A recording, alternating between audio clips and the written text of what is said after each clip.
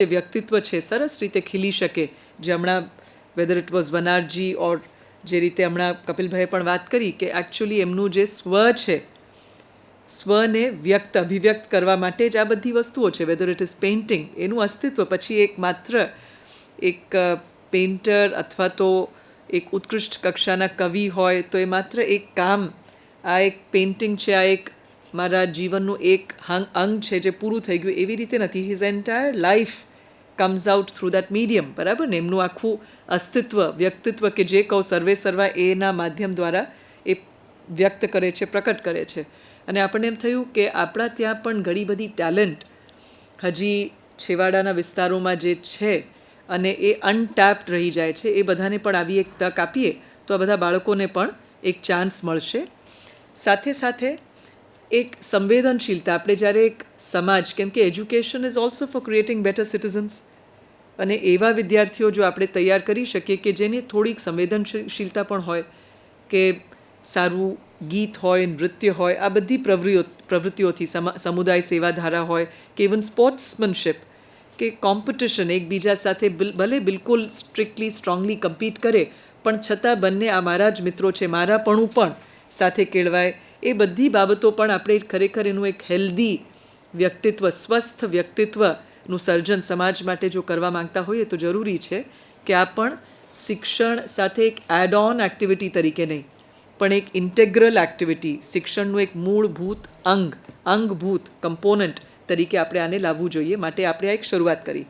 અને મિત્રો, મને ખૂબ આનંદ થાય છે કહેતા કે છેલ્લા 3 વર્ષથી સપ્તધારામાં આપણે જોયું છે કે હું એ તો નહીં કહું અતિશયોક્તિમાં, I don't want to say કે બધી કોલેજીસે કંઈ ખૂબ ઉત્કૃષ્ટ કામગીરી કરી છે એવું પણ કહેવું કંઈ ઉચિત નથી, પણ એ ચોક્કસ કહી શકીએ કે કદાચ આપણા ત્યાં એક 3 ભાગમાં આપણે પાડી શકીએ. 20% એવી કોલેજીસ હતી જ પહેલેથી કે જે આપણે આ કાર્યક્રમનું આપણે શરૂઆત કર્યું હોત કે ન કર્યું હોત, એ લોકો એમની રીતે આ બધા પ્રવૃત્તિઓ સાથે જોડાયેલા જ હતા.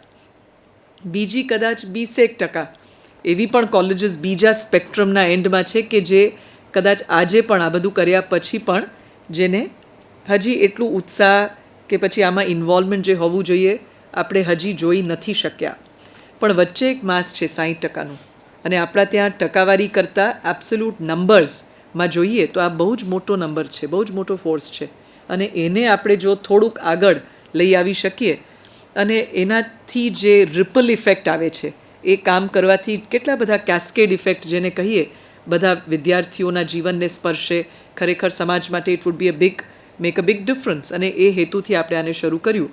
અને જેમ આપ બધા સમજો છો કે આ ધારા ઇઝ ફોર ધી માસીસ, પણ પ્રતિભા, ટેલેન્ટ કે પછી રચનાત્મક મેધાવીપણું, ક્રિએટિવ જીનિયસ, આ બધું કોઈ એક વર્ગનું કે એક જૂથનું કે એક પર્ટિક્યુલર સોસાયટલ ગ્રુપનું કોઈ આ એક શું કહી શકીએ ઇજારો અથવા તો એમનું પોતાનું આ કંઈ મોનોપલી રેસ્ટ્રિક્ટિવ ટ્રેડ પ્રેક્ટિસીસ, MRTP એક્ટ તો હવે નથી, પણ એવું કોઈનું હોતું નથી.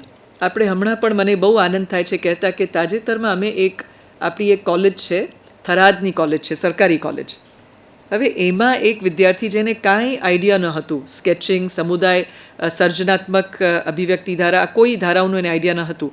This boy took part in the રંગ કલા કૌશલ્ય ધારા, અને I am told at the state level this boy has come first.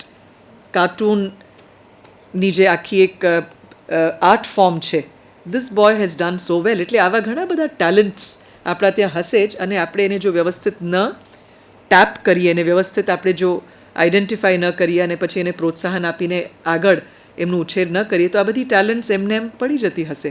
અને એ બસ આખું જીવ, જે રીતે હમણાં કપિલભાઈ વાત કર્યું કે તમારા એક પ્રિન્સિપલ હતા કે જેમણે તમને બધાને થોડુંક, ઇટ રિક્વાયર્ડ કરેજ, કેમ કે બધા એટલી બધી સાહસ ધરાવનાર લોકો ઘણી વખતે આપણા શિક્ષણ ક્ષેત્રમાં હોતા નથી. પણ એ જોઈએ તો હવે સ્વયંભૂ રીતે ન પણ થાય તો આપણને એમ થયું સંસ્થાગત રીતે આપણે આવી એક વ્યવસ્થા કરી આપીએ કે બધા વિદ્યાર્થીઓને આવી એક તક મળે. તો જેમ આપણે વાત કરી, સપ્તધારા ઇઝ ફોર એવરીબડી. એટલે ધીમે ધીમે આવતા વર્ષથી આપણું એ પણ એક આઈડિયા છે કે ચોઇસ બેઝડ ક્રેડિટ સિસ્ટમની અંદર પણ જે આપણે 6 સેમિસ્ટર્સ છે, બરાબર, એક સેમિસ્ટરમાં એક ધારાને આપણે સબસ્યુમ એટલે એની અંદર ઇન્કોર્પોરેટ કરી શકીએ ફાઉન્ડેશન કોર્સમાં, કે વિદ્યાર્થી પાસ થઈને બહાર નીકળે BA BSc કોઈ પણ કોર્સમાંથી તો કમસે કમ એને કવિતા અથવા તો એક સારું લેખ, ભલે એ ગણિતજ્ઞ હોય કે ભલે હી મે બી અ ફિઝિક્સ પર્સન, ઇકોનોમિક્સ પર્સન, પણ he should know what is it, આ એક સરસ લેખન વાંચવું એટલે શું, કેમ કે આફ્ટરઓલ એક સરસ નાગરિક તો છે. સિમિલરલી ભલે લતા મંગેશકર કે AR રહેમાન જેટલી એની અંદર કેપેબિલિટી ન હોય, પણ એટલીસ્ટ એક મ્યુઝિક અપ્રિશિએટ કેમ કરવું, સરસ સંગીત અને જે બિલકુલ નોઇઝ છે એ બેમાં ફરક શું છે, આટલી તો એની અંદર સંવેદનશીલતા આવવી જોઈએ. આપણે કોશિશ તો કરીએ. એ રીતે આપણે વી આર પ્લાનિંગ કે નેક્સ્ટ યરથી if all of us decide collectively તો એવું પણ બની શકે કે દરેક સેમિસ્ટરમાં એક ધારા, અને જે સાતમો ધારો છે કયો છે તે યોગ, ના સાતમો એટલે એ રીતે નહીં, 6 સિવાય જે બિલકુલ નિત્યક્રમ રોજ આપણે જેને અનુકરણ કરવું જોઈએ કયું છે તે યોગ, વ્યાયામ, ખેલકૂદ ધારા, બરાબર છે. અહીંયા ઘણા બધા ખેલના બધા તજજ્ઞો અહીંયા બેઠા જ છે. ત્યારે કેમ કે આજે એક વેલનેસ માટે પણ આપણી જો લાઈફસ્ટાઈલ અને ક્વોલિટી ઓફ લાઈફની પણ વાત કરીએ, જે બેઠાડું જીવનના લીધે આપણે બધા જાણીએ છીએ કે ઘણી બધી ડિઝીઝીસ માટે આપણે બધા, અને આ પછી મોટા થયા પછી જેમ છેલ્લા સ્લાઇડમાં વનારભાઈએ પણ કહ્યું મેડિકલ બિલ્સની વાત કરી, આપણે પછી એ પહેલેથી જ આપણે આ બધું જો ઇમ્યુનાઇઝેશન કરાવી લઈએ, રસીકરણ, કે પહેલેથી આ બધી સારી ટેવો છોકરાઓમાં કોલેજના સમયમાં 3 વર્ષ માટે એવરી ડે, અને આ બસ એમને આંગળી ચીંધવાથી નહીં થાય, આપણે જાતે પણ કરવું પડશે. એટલે every day right from the principal down to the peon in the college, એક બધા એક સરસ ભાવનાથી we all start playing games.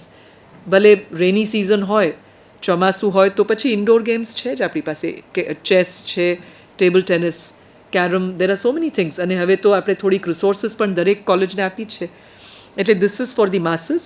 અને સાથે સાથે જે આપણે આમાંથી જે સારું પ્રતિભા વ્યક્ત કરી શકે છે, જેની અંદર ટેલેન્ટ સારી છે, એ લોકો માટે સપ્તતારાની પણ આપણે વિચારણા કરી છે. અને અત્યાર સુધી 2 સમાનાંતર રીતે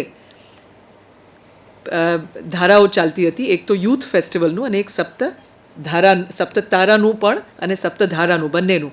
પણ આ વખતે એવું એક વિચાર કર્યું કે why don't we converge the two, બરાબર. જો કે અલબત્ત અત્યારે 3-4 યુનિવર્સિટીઝમાં ઓલરેડી યુથ ફેસ્ટિવલ થઈ ચૂકી છે આ વખતે, પણ આ વખતે થોડુંક આનું જો નીવ અને ફાઉન્ડેશન બનાવીએ તો સ્વાભાવિક છે, શક્ય પણ છે કે આવતા વર્ષે કદાચ આપણે બંનેને સુવ્યવસ્થિત રીતે, સુગ્રથિત રીતે શરૂઆતથી જ કોલેજમાંથી જ, અને જો ટાઈમ ટેબલ સમયબદ્ધ રીતે, સમયસર રીતે જો બહાર પાડીએ તો ઇટ ઇઝ પોસિબલ કે શરૂઆતથી જ આ બંને વસ્તુઓ, કેમ કે એક ફિલોસોફિકલ ડિફરન્સ છે, અને એમાં વનારભાઈએ જે વાત કરી એની સાથે પણ હું સંમત છું, કપિલભાઈએ જે વાત કરી એની સાથે પણ હું સંમત છું.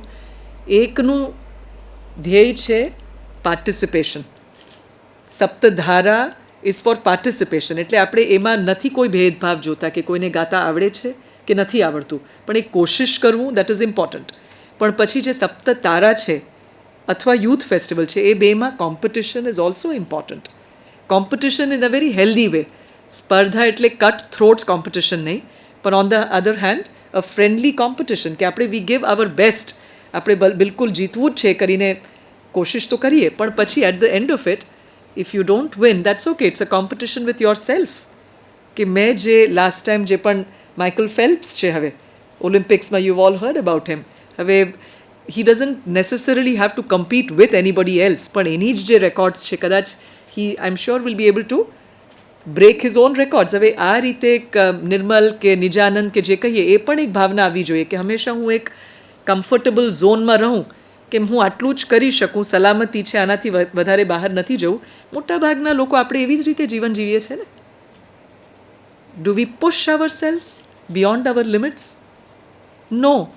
કેમ કે આપણને નોકરી મળી ગઈ, સલામતી મળી ગઈ, એવરીથિંગ ઇઝ કમ્ફર્ટેબલ. થોડુંક પણ અનકમ્ફર્ટેબલ હોય, ઠંડી લાગે એટલે આ પણ એસી, એવરીથિંગ, આખું આપણું ઝોન જે છે, zone of comfort, it is so precisely developed કે એમાં કેલિબ્રેશન પણ એકદમ ફાઇનલી થઈ ગયું છે. આનાથી આ બાજુ નથી જતા.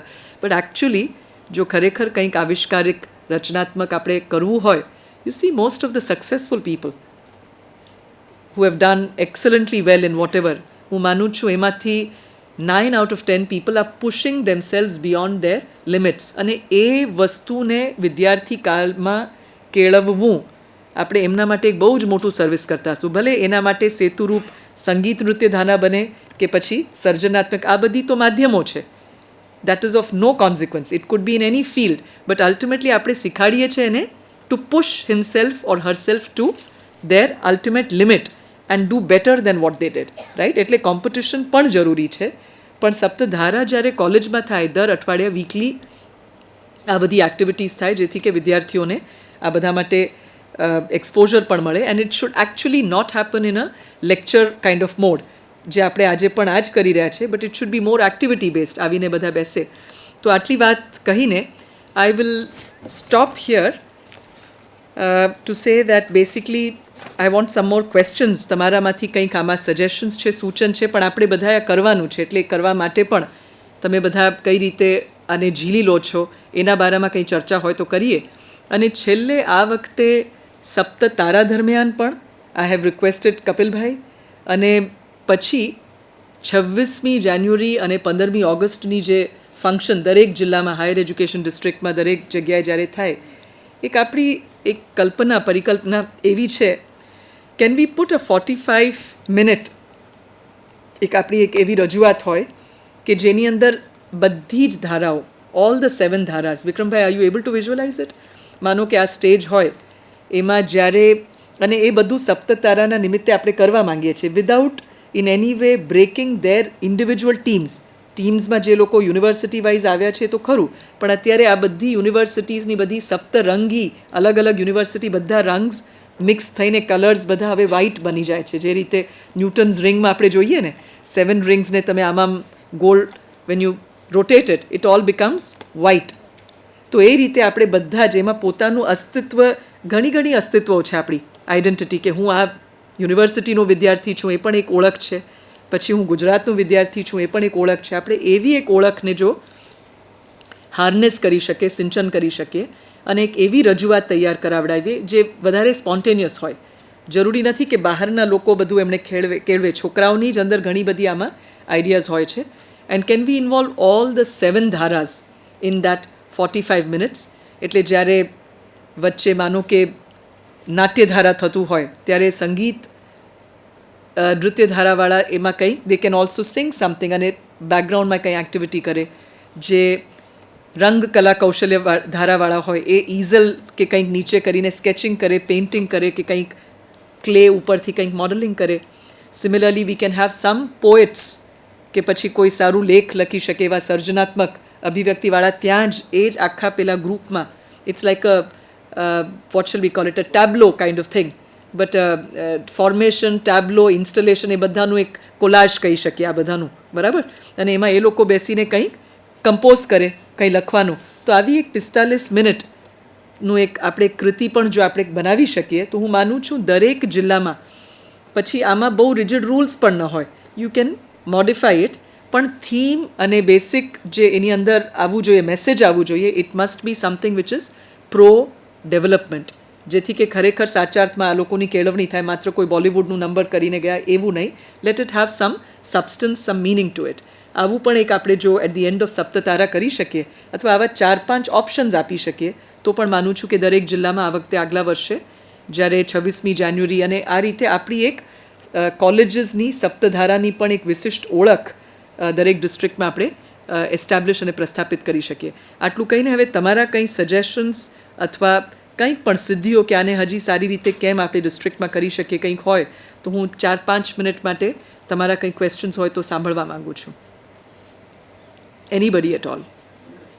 અમારે ત્યાં ફર્સ્ટ યરમાં અને પીજીમાં બેઉ જગ્યાએ રમતની જેમ કલ્ચરલ એક્ટિવિટીઝની અંદર જે લોકોએ સ્ટેટ લેવલનું કે એવું એચીવ કર્યું, ઇવન અમારી યુનિવર્સિટી લેવલનું એચીવ કર્યું હોય, તો પીજીમાં અમે એને વધારે આગળ ગણીને એને 5% જેવું ગણીને એ લોકોને આગળ, એટલે એ એડમિશન અમે અમારા ત્યાં છેલ્લા 20 વર્ષથી આ વસ્તુ અમારે ત્યાં અસ્તિત્વમાં છે એડમિશન માટે. ફર્સ્ટ યરમાં પણ, એટલે 12મી પાસ કરી હોય પણ સ્કૂલ લેવલ નેશનલ રમ્યો હોય, સ્ટેટ, એના નિયમો છે કે નેશનલ રમ્યો હોય તો પહેલાં, સ્ટેટ રમ્યો હોય તો ત્યાર પછી, પછી ડિસ્ટ્રિક્ટ રમ્યો ત્યાર પછી સૌરાષ્ટ્ર યુનિવર્સિટી એક બીજું બહુ સરસ પગલું લીધું છે કે જે ખેલાડી અથવા કલાકાર એ નેશનલ લેવલના કોઈ પણ એચિવમેન્ટ લાવે એટલે પીજી કોર્સની અંદર એની ટ્યુશન ફી બિલકુલ માફ અને હોસ્ટેલની ફ્રી ફેસિલિટી આયોજન થઈ ચૂક્યું છે. અને આ પ્રકારે જો પ્રોત્સાહક વાતાવરણ મળે તો મારું માનવું છે કે જેટલા પણ કલાકાર છે, વિદ્યાર્થીઓ છે, સ્પોર્ટ્સ અને આ પ્રકારના ક્ષેત્રમાં ખૂબ આગળ વધી શકે એમ છે. Thank you. બધા અધ્યાપકો કામગીરી સંભાળે તો જ વધારે અસ્તંધન બને. તો જ્યારે રિક્રુટમેન્ટ થાય છે ત્યારે આ બાબતને શા માટે મહત્વ આવતું નથી? મને બુક્સ લખે તો 5 માર્ક્સ મળે છે, રિસર્ચ પેપર લખે તો 5 માર્ક્સ મળે છે. તો જે રિક્રુટમેન્ટ થાય તે વખતે અધ્યાપકોમાં આવી વિશિષ્ટ આવડત હોય તો એને પ્રાધાન્ય આપે, તો જે વખતે એમને કામગીરી સોંપવામાં આવે તો તે પોતાની રુચિ મુજબનું કામ સંભાળશે અને કામ વધારે દીપી ઉઠશે. તો રિક્રુટમેન્ટ સમયે આવી વિશિષ્ટ સિદ્ધિનો લાભ એમને આપવો જોઈએ. આપનું નામ શું છે? Principal doctor V Nandaniya, municipal arts and commerce college Upleta. અચ્છા, ઉપલેટાના જે પ્રિન્સિપલ છે હનાનિયા કે શું નામ છે?